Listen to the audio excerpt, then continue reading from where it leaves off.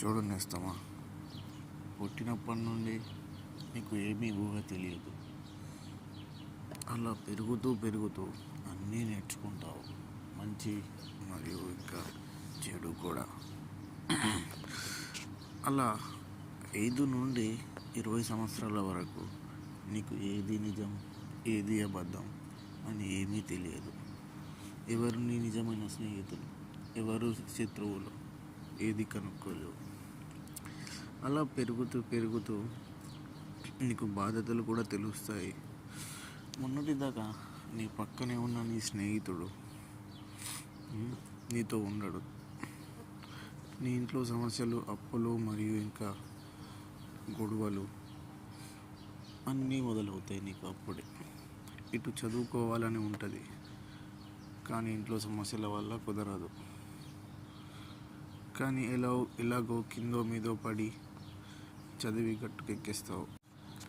అలా గట్టుకెక్కి పాస్ అయిన తర్వాత జాబ్ కోసం సెర్చ్ చేస్తావు. ఇంట్లో జాబ్ రాదు, ఇంట్లో ప్రెషర్, ఇంట్లో వాళ్ళ నుంచి ఇంకెన్నాళ్ళు ఇలాగ ఉంటావురా అని. అప్పుడు నువ్వు అన్నీ వింటూ చూస్తూ ఒక నిర్ణయానికి వస్తావు. ఏంటంటే ఎలాగైనా డబ్బు సంపాదించాలని. అప్పుడు నీకు కష్టం విలువ మరియు మీ తల్లిదండ్రుల విలువ తెలుస్తుంది. అప్పటి నుండి నువ్వు బాధపడతావు, నేను ఇన్నాళ్ళు ఇలా చేశానా అని.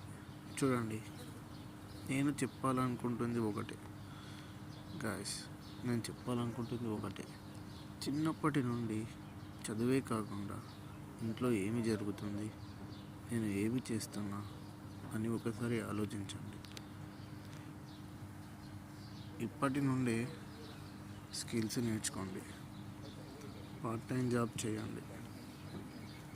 ఎవరైనా ముందు నుండి కష్టపడితే తర్వాత నువ్వు, నీ పేరెంట్స్, నీ పిల్లలు అందరూ బాగుంటారు.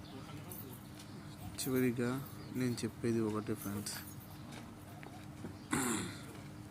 చదువుకోండి. దానితో పాటు నీకు అన్ని పనులు తెలిసి ఉండాలి.